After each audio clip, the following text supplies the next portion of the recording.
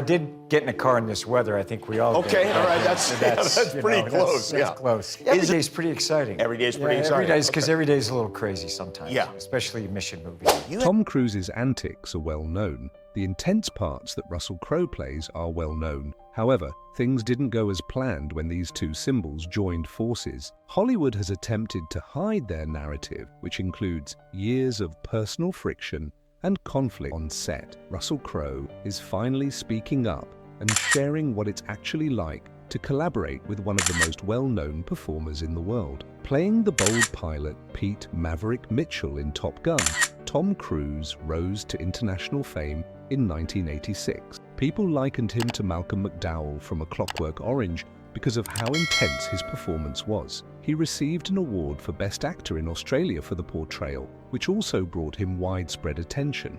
He shocked everyone by portraying Jeff Mitchell, a nice gay plumber, in The Sum of Us 2 years later. This portrayal revealed a warm, sensitive, and compassionate side of him that was very different. The film received accolades for its narrative and did well in Australia. Hollywood was forced to pay attention. Crowe was unstoppable once he was in Hollywood. He had 3 consecutive Oscar nominations between 1999 and 2001 for The Insider, Gladiator, and A Beautiful Mind. Playing Maximus, a warrior who battles for justice, he won for Gladiator. With almost $465 million in revenue and 5 Oscars, including Best Picture, the film was a major success. He then portrayed John Nash in A Beautiful Mind, a gifted but disturbed mathematician. He received more honors for that role, including a BAFTA and a Golden Globe. Crowe even created history by appearing in Gladiator and A Beautiful Mind, 2 Best Picture awards in a row. He demonstrated his willingness to go to any lengths for a job in The Insider by adding 35 pounds and drastically altering his appearance. However, Crowe is more than just an actor. The Water Diviner, his debut film, was directed by him in 2014. In Australia, it was a beloved historical drama that won accolade. Crowe is a musician as well. He has played in bands including Indoor Garden Party and 30 Odd Foot of Grunts over the years. His band, the Gentleman Barbers, performed a fantastic gig in Leeds in 2024, performing Leonard Cohen and Nick Cave tune. Crowe's passion for music began at an early age. He even released a single titled I Just Wanna Be Like Marlon Brando and performed on the streets to get money. He has always been deeply rooted in music. Russell Crowe and Tom Cruise first crossed paths at a laid-back Sydney barbecue in the summer of 1992. Naomi Watts hosted the event, which drew together a few actors and people from the industry. Crowe was only beginning to become well-known in Australian cinema at the time. However, as one of the highest-paid actors in the world and the spouse of Nicole Kidman, Cruise was already a worldwide celebrity. The introduction was provided by Nicole Kidman. She appreciated Crowe's talent and had been watching his work in Australian movies. She directly invited Cruise to meet him at the cookout. Despite just having a $15 million budget, the film made $357 million. Fans adored his calm, self-assured persona. Additionally, the movie had such a significant impact that following its premiere, sales of Ray-Ban aviator sunglasses increased by 40%. Later, Crowe said that it felt more than a simple introduction. Kidman had already shown Cruise some of his flicks and been complimenting his work. She obviously believed the two would get along, and she was correct. What began as a light-hearted conversation evolved into an in-depth discussion that went on for hours. Surprisingly, Cruise had watched Crowe's films like Proof and Spots. Despite his notoriety, he questioned Crowe intelligently about his life in Australian film and his acting method. This was a weird time for Crowe. Russell Crowe related a story about a brief encounter he had with Tom Cruise while discussing his new movie, The Water Diviner. According to Crowe, the subject of Scientology organically arose between them. It all began when Crowe saw a $2.50 special on a Scientology video while he was at a video store. He chose to see it out of curiosity and as a show of friendship to Kidman. Crowe later brought it up in a conversation with Cruise. He said that he wasn't sure how Cruise would respond, but he was pleasantly pleased by how respectful and easygoing Cruise was throughout the entire situation. They conversed for a long, but Crowe found that Cruise's closing remarks were particularly noteworthy. Cruise said, "If it's important to you, man, you'll do something about it," without attempting to convince him or promote any particular viewpoint. Crowe was deeply affected by that one sentence and departed with the idea that Cruise was a truly cool and balanced man. Hollywood was rocked in 2001 when Tom Cruise and Nicole Kidman called it quits on their 10-year marriage. Russell had to make a difficult decision after the divorce. He chose to support Nicole, even though he had been friends with both of them for almost 10 years. Russell even resisted Tom's team's attempts to persuade him to avoid her, telling them to back off. Russell saw this as more than simply picking a side. He was protective of Nicole since he considered her family, but he and Tom developed a rift as a result of this choice that never truly went away. When Russell joked about being included in Nicole's post-divorce settlement package, the situation became even more awkward. Although the joke was intended to be humorous and implied that he had joined Team Nicole by default, it didn't go down well. It simply made matters worse, even though Russell later claimed that the remark was made out of love for both Tom and Nicole.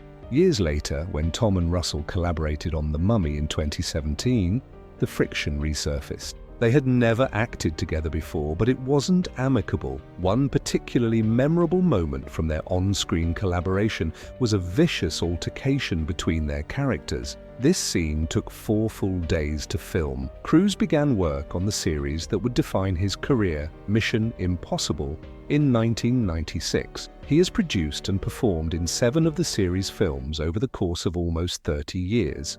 And the series has brought in over $3.5 billion worldwide. Rather to depending on computer effects, Cruise made sure the films were packed of exciting, real-life stunts. Despite being in their 50s, both performers insisted on performing all of the stunts themselves. They smashed into tables, glass, and walls throughout the altercation, utterly ruining the scene. Cruise and Crowe didn't want to back down, but the production team was afraid they would get hurt. The tension was unmistakable off camera. During filming, Crowe apparently couldn't stand Cruise, and their animosity was exacerbated by past grievances. The set split up. While some sided with Crowe, who favored a more conventional, character-driven approach, others backed Cruise, who had a clear vision for the film. Their disparate methods of operation clashed all the time. Cruise advocated for quick-paced action, while Crowe concentrated on depth and narrative. The confrontations were so frequent that crew members even started recording them. Cruise's total control over the production was a major contributing factor. He was able to supervise editing, approve screenplays, and make significant modifications because of his contract. To make the film focus more on his role, he even hired his own writers to rewrite it. The project also evoked memories. Kidman and Crowe have a long history together, and working with Cruise meant reliving some of it. In interviews, Crowe acknowledged the intricacies, stating, "Any relationship ending like that is heavy, man." Both of them must have found it difficult. They have one of the most unusual relationships in Hollywood. It began with adoration, progressed through difficult periods following Cruise's divorce, and ultimately resulted in a working relationship. However, Tom Cruise had more odd cases throughout his tenure. A highly public dispute between Brooke Shields and Tom Cruise in 2005 sparked a great deal of discussion around postpartum depression. It all began when Shields released Down Came the Rain, her biography. She discussed how difficult life was after the birth of her daughter, Rowan, in it. Shields, who experienced postpartum depression, described how the medication Paxil improved her mood. Tom Cruise disapproved of her decision. Cruise claimed that Shields' use of antidepressants was reckless in a well-known appearance with Matt Lauer on The Today Show. He said they were ineffective and recommended vitamins and physical activity instead. He even made fun of her career by posing the question, "Where has her career gone?" Many were offended by this, particularly women who had gone through comparable hardships. Shields made sure to respond to Cruise's remark. In a daring article published in the New York Times, she advised Cruise to focus on defending the planet from extraterrestrials and let the women who are experiencing postpartum depression make the decisions. No other actor has been able to lead an action franchise for as long as he did, and his active involvement kept the series engaging and new. Cruise is renowned for his dedication to stunts. He base jumped into a ravine after riding a motorcycle off a cliff in the first installment of Mission Impossible: Dead Reckoning. She also made a clear observation. Mr. Cruise has probably never experienced postpartum depression. Although her reaction was incisive, it also demonstrated how important this problem was to a large number of individuals. After a year, an unforeseen event occurred. Cruise personally apologized at Shields' home. He expressed regret for his harmful remarks, but his opinions on antidepressants remained unchanged. Shields took his apology, and shortly after, she received an invitation to Cruise and Katie Holmes' Italian wedding. On Mission Impossible 2, Thandie Newton struggled to collaborate with Tom Cruise. She discussed a 2000-night shoot in Spain that descended into a nightmare in a 2020 interview. Originally intended to be a straightforward balcony scenario, things swiftly got out of hand. Filming the sequence was already challenging. The director, John Woo, did not speak English on set, despite the fact that Newton and Cruise's characters were intended to argue. As a result, the players had no assistance, and the tension continued to rise. Cruise wasn't pleased with Newton's performance in the sequence. Rather than resolve it amicably, he proposed that they take turns. He would play her role, and Newton would play his. He hoped it would be beneficial, but it just made things worse for Newton. She felt uneasy and afraid, as if she were doing everything incorrectly. Newton recalled that evening he had noticed something odd about Cruise. His nose had a tiny red mark at the beginning of the shoot. It had grown into a large white head by night's end. It seemed to her like a representation of her own stress, increasing during the night. Newton felt terrible when it was finished. She chastised herself for the incident and spoke with Jonathan Demme, another director. She hoped Cruise would apologize when he phoned her later. He informed her that they would be reenacting the scene instead. She gave him what he wanted, an alpha bitch performance during the reshoot. However, she didn't think this was the ideal method to get someone to do amazing acting. In July 2022, Mickey Rourke made headlines when he made an appearance on Piers Morgan Uncensored. He surprised Hollywood with his criticism of Tom Cruise during the interview. Cruise was commemorating Top Gun, a significant milestone in his career at the time. Over 500 practice jumps and 6 months of preparation were required to get ready for this one moment. He held his breath underwater for 6 minutes in Rogue Nation, which is much longer than most people could ever imagine. Additionally, he executed a risky military skydive from 25,000 feet, known as a halo jump in Fallout. At the box office, Maverick had just earned more than $1 billion. However, Rourke deemed Cruise useless and disregarded his accomplishments, claiming they were unimportant. He maintained that Cruise's 35-year acting career lacked nuance and artistic merit. For Rourke, creating successful films isn't the goal of being a great actor. It involves taking chances and changing to fit each role. Additionally, on June 24, 2005, Tom Cruise and Matt Lauer got into a heated argument during an interview on The Today Show. It began as a casual discussion about Cruise's film, War of the Worlds, but soon became heated. Brooke Shields had mentioned taking antidepressants after giving birth, which infuriated Cruise. Cruise, a Scientologist, stated antidepressants weren't effective remedies and thought psychiatry was a pseudoscience. He maintained that a chemical imbalance did not exist. Cruise became increasingly combative when Lauer attempted to question him, claiming that Lauer was not fully informed and characterizing Shields' opinions as damaging.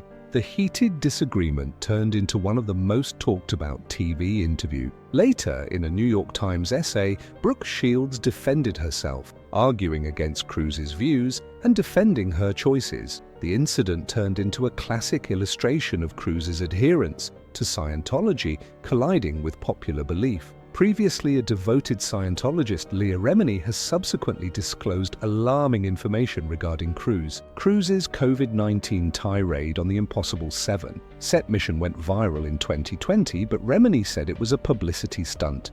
She claimed that because Scientologists view the plague as a tool to elicit reactions, they don't really believe in it. She also related anecdotes concerning Cruise's attitude, such as one in which he allegedly became irate because his employees were lacking the necessary cookie components. Cruise apparently had another outburst on the Mission Impossible set, which led to the resignation of 5 staff members. Remini claims that Cruise has been influenced by David Miscavige, the leader of Scientology, and has become what she refers to as an abusive tyrant. She also implied that Cruise's public outbursts are staged to conceal a more darker part of his nature and present him as heroic. Although both Tom Cruise and John Travolta are prominent members of the Scientology community, their relationship has also been tense. According to reports, under leader David Miscavige, they have been vying for years to be the church's biggest star. When Cruise received the Freedom Medal of Valor, Scientology's highest honor, in 2008, things reached a breaking point. Always told he was the most faithful member, Travolta was incensed. Cruise's wedding to Katie Holmes was a big event in their community, and he even missed it. According to insiders, Travolta does not receive the same benefits as Cruise, who receives gifts and direct access to Miscavige. Travolta reportedly composed a letter requesting explanations over the prize because he was so unhappy. Although officials of Scientology have refuted these allegations, it is difficult to overlook the competition between the two players. Furthermore, there are startling tidbits of information on Tom Cruise's private life. His commitment to providing jaw-dropping action is demonstrated by the fact that these stunts have become a hallmark of his career. Cruise is more than simply an action star, though. He has also demonstrated his acting prowess in dramatic parts. Nicole Kidman was taken aback when Tom Cruise filed for divorce in February 2001, claiming that they couldn't agree. She was devastated because she didn't anticipate. Her acting career was also taking off at the same time. Her performance in The Hours earned her an Oscar just 2 years later, but she was filled with grief rather than happiness. The moment felt hollow because her personal life was in ruin. The extent of her pain was evident on the night she received her Oscar. Despite holding the prize that everyone hopes to receive, she was unable to celebrate when she attended the Vanity Fair celebration. She departed early, returned to her hotel, and ate takeaway with her family while sitting on the floor. She became aware of her true desires in that silent moment. "I must discover love," she reflected.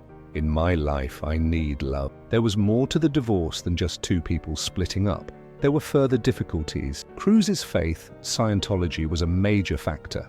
According to reports, Kidman was classified as a suppressive person by the church following the breakup. She found it more difficult to maintain a close relationship with the 2 adoptive children she and Cruise had. In 2005, a TV interview made the situation even more tense. Cruise became irate when a reporter asked him if Kidman was the love of his life. He cautioned, "You're going too far now. Replicate your manners." Both Cruise and Kidman eventually moved on in spite of all of this suffering. Kidman fell in love with Keith Urban, a country music artist. She knew he was the one when, only 6 months into their relationship, he surprised her with gardenias on her birthday.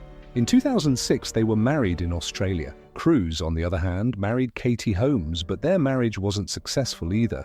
Tom Cruise and Katie Holmes divorced in record time in 2012. Hollywood was shocked when their divorce was finalized in just 2 weeks. High-profile divorces involving large sums of money and property typically take months or even years to complete. This one, however, was unique. He portrayed a sports agent attempting to strike a balance between love and achievement in Jerry Maguire. The film made $273 million at the box office and garnered him a Golden Globe and an Oscar nomination. He previously faced up against Jack Nicholson in a courtroom drama in A Few Good Men, demonstrating his ability to command attention with passionate speech and emotion. Everything had been meticulously prepared by Katie. In order to make her divorce as easy as possible, she even utilized disposable phones to speak covertly with attorneys. She was obviously very skilled at what she was doing. Katie made some strange financial decision. Contrary to what many people thought, she did not request spousal support. Rather,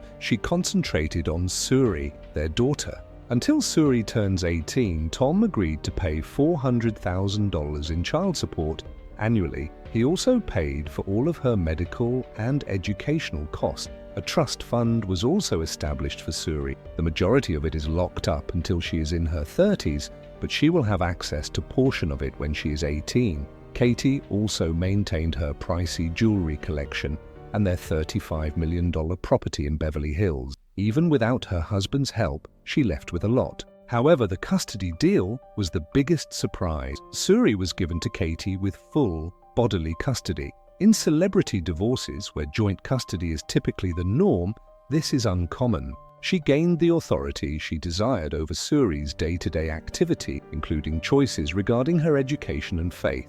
Tom is only allowed to visit. Because New York courts are more likely to award one parent complete custody, Katie filed for divorce. It was a wise decision that benefited. The life of Nazanin Boniadi took an odd and disturbing turn towards the end of 2004. She was chosen for a covert mission that the Church of Scientology referred to as a special project. At first, she didn't know what it was about. They forced her to alter her appearance. She had to correct her hair, remove her braces, and even sever her relationship with her longtime partner. She soon discovered the truth. She had been selected to be the girlfriend of Tom Cruise. It might have appeared to be a dream at first, but it soon turned into a nightmare. After being flown to New York, Boniadi was kept under close observation. She was constantly accompanied by Scientology personnel and never left alone with Cruise. She didn't even look beautiful enough for Cruise. The success of Cruise extends beyond praise from critics. Few people have ruled the box office like him. His films have made over $12 billion globally, with over 30 of them earning over $100 million. To make her teeth seem better, he insisted that she file them down. She had to spend hours every day clearing her head of any negative ideas about him. It was too much power over her life. She was not permitted to make errors. She once addressed Cruise with the phrase "very well done," which was seen as an insult, as though she felt he was beneath her. She received harsh and draining auditing sessions as punishment for this. She also committed a little social faux pas in front of David Miscavige, the leader of Scientology, which exacerbated the situation. The relationship abruptly terminated in January 2005. Heartbroken and bewildered, Boniadi confided in a friend about her ordeal. She received severe penalties rather than assistance. Late at night, she had to dig ditches, clean tiles with acid, and scrub bathrooms with a toothbrush. She was forced to sell Scientology materials on the street, screamed at, and labeled a bad person. It was harsh and degrading. Boniadi's life changed as a result of this encounter. She eventually distanced herself from the religion and its activities by leaving Scientology. She told the FBI her account years later, exposing the full scope of the church's influence over her life and her friendship with Tom Cruise. He continues to break records decades into his career. However, two very distinct Australian films that demonstrated Russell Crowe's skill were the catalyst for his big break. He portrayed the menacing neo-Nazi character Hando in Romper Stomper in 1990.